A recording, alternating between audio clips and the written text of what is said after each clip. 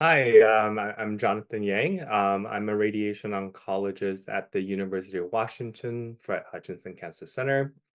I'll actually soon be moving to New York, NYU School of Medicine in April. And today I just want to briefly talk about radiation therapy for leptomeningeal metastasis, as this is a very common treatment for this diagnosis and just some of the thought processes that we have as physicians in our joint decision making and the type of treatment that we offer to our patients.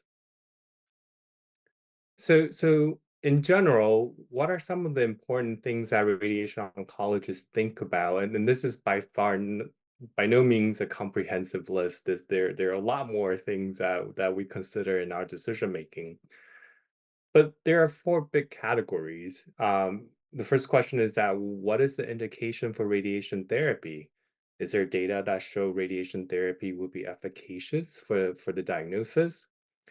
The second question would then be, well, what is the goal here? Are we trying to cure you? Are we trying to alleviate symptoms and palliate symptoms and improve the quality of life?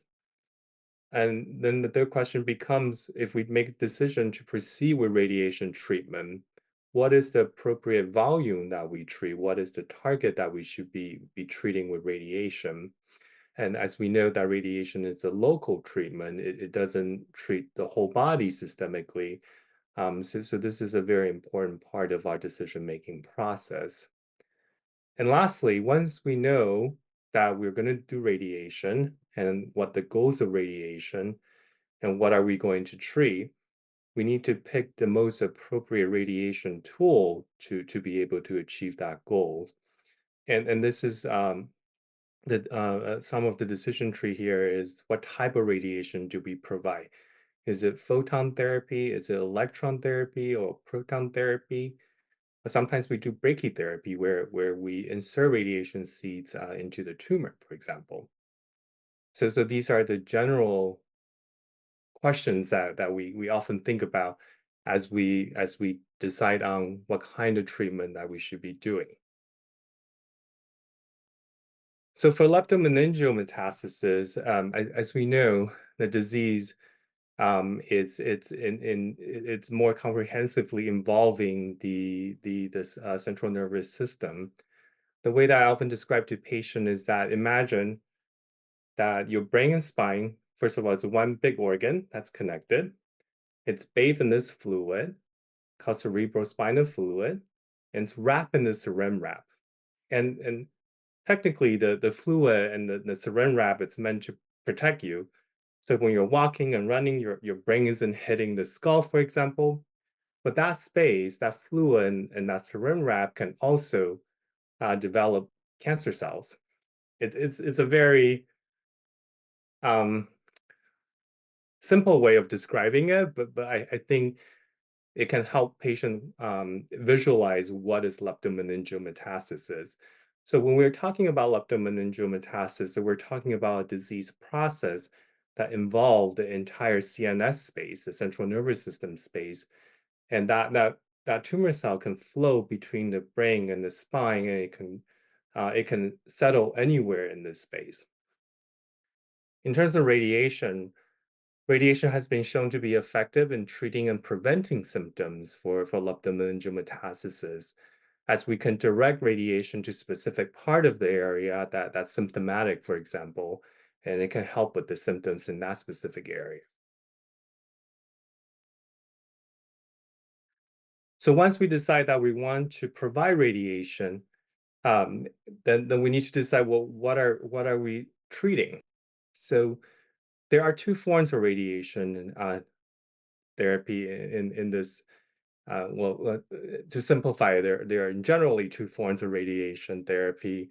One is involved field radiation therapy. Some people associate this, for example, with whole brain radiation or treating parts of the spine that's having symptoms. And radiation does manage and provide symptom relief in these specific areas. However, just before I move on, I wanted to show you to the right here. These are a couple examples of patients getting involved field radiotherapy, where their brain is being treated and their part of their spine is being treated. However, keep in mind that the disease process involved the entire central nervous system. So providing treatment to the specific area will help in this specific area, but overall, it doesn't control the disease in the entire CNS system. And this gets into craniospinal radiation. So what craniospinal radiation is that we use radiation to treat the entire space where the tumor cells can be traveling within the central nervous system space. So we treat the entire brain and the entire spine and the fluid that's bathing in this space. And in this approach, not only we can prevent or manage symptoms that are specific to some areas in this space, it can also potentially provide longer disease control as we are treating the entire space and the tumor cells in this space with radiation. And this is the standard approach for a lot of tumors that originated from the CNS. And when patients with tumors that come from the CNS that develop leptomeningeal disease, this is the treatment that we will provide in many of these cases.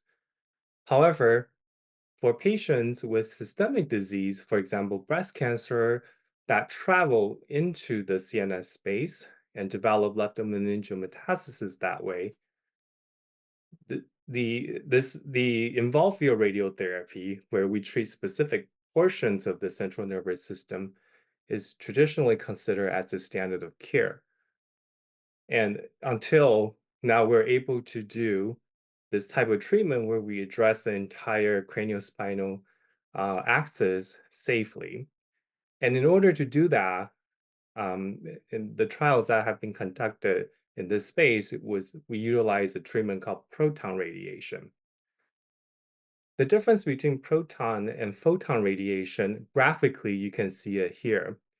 Photon radiation, when treating the spine, can travel to the front of the body, therefore exposing a lot of the organs in front of the body to radiation, while proton radiation stops after a certain distance. I describe it to patients that the way I think about proton versus photon is that photon is a light energy. Think of it as a ping pong ball. I can hit it very hard, it will travel a very long distance. I can push it lightly, it can still travel a very long distance. That distance is harder to modulate. While proton is a heavy particle, where I can push it very hard. Think of it more like a bowling ball. If I push it very hard, it can travel a long distance.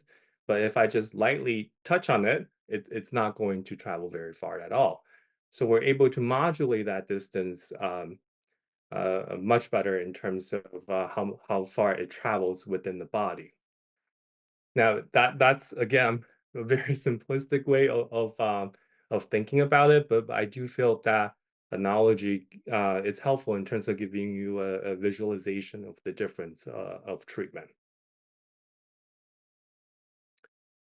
So uh, this is the physics component of the difference between photon and proton. So what photon does, indicated by these two lines here, so they deposit the bulk of the energy as they enter the body, and it slowly tapers away, very much like a ping pong ball. I hit it, and it's going to travel a long distance until all the energy dissipates. While proton, indicated by these two lines here, that you see a peak, where is what it does is that it will travel a distance to deposit the great majority of its energy and then comes off entirely. And again, like a bowling ball, it's gonna roll. If I push it very hard, it's gonna roll a distance and then it will stop. And if I push it very lightly, it's going to roll a distance and then it will stop. And on the right here, you'll see a video of a patient getting proton radiation to the entire CNS axis. As you see, the radiation enters the body from the back. I'm going to pause the video, and it doesn't exit to the front of the body. So the radiation is contained um, inside the spinal cord and the fluid that space that bathes the spinal cord. So that's the main difference between proton and photon. In this utilization, going back to this slide, proton radiation in general allows us to provide this type of treatment where we are able to treat the entire CNS space, again, where the tumor cells are hiding, without treating the tissue in front of it, and therefore causing less toxicity than the traditional photon radiation. Now, a disclaimer is that the picture here, it's an older technique of photon radiation. As technology advances, photon radiation has also improved over time. And there are ways that even with photon radiation, we can modulate the distance that these radiation particles travel, and therefore resulting in lesser toxicity. So far, the only prospective trial, meaning that we evaluated patient longitudinally from the very beginning, is done with proton. But there will be data that will be coming out with the photon radiation, and hopefully that we will see good results with those as well. Okay, so briefly, in terms of when you and your doctor make a decision jointly in terms of what type of radiation you'll be receiving, um, the really the proton versus photon decision is a little bit later in the decision tree. The first decision that you and your doctor will have to make is radiation right for you? And then the second decision would be what type of radiation in the sense of where are we treating? Do we need to quickly start photon radiation to specific parts of your body in order to stop the progression of your symptoms and help you with your symptoms? And that's usually done with photon radiation again. Typically, for example, whole brain radiation therapy or focal spine radiation therapy. Or do we need to treat the entire compartment where the cancer cells can be hiding? And that we do with, for example, proton to reduce the toxicity that may be associated with treating the entire compartment in order to get a better disease control potentially in this whole space. A lot of the side effect of the radiation is driven by the brain, regardless is proton or photon, because let's say we use photon to treat the entire brain or use proton to treat the entire space, you will potentially experience side effect of irradiating the brain. Most commonly, patient can feel quite tired for a period of time after treatment. And the way that I educate patients would be that, the more active you are, the better you will feel quickly. So I always make my patients walk every day during the treatment and after the treatment. I don't care for how long, but make sure that they're active throughout the treatment. Other common side effect is that you will lose your hair for a period of time. It generally comes back in about 4 to 6 months. Some patient can, during the radiation, can experience some headache, some nausea, and neurologic symptoms that comes from the inflammation of the tumor cells that are dying through this process. And that we often have to manage with for example, some steroids. Long-term side effect, I always tell patient that um, you know, 4 to 6 months after radiation, in some patient they can feel like their short-term memory isn't as good as before, and radiation does impact the ability to focus and pay attention. So that usually manifests itself a few months later. The way that we can prevent this is by starting a medication called memantine, for example, at the beginning of the radiation, and patient will continue that for 6 months. And study of brain metastases that have been shown to reduce the potential neurocognitive side effects of radiation later on. So that's a very broad overview of radiation for leptomeningeal metastasis, and I'm happy to provide any my contact information. So if you have any questions, you can always feel free to reach out to me directly as well. Thank you.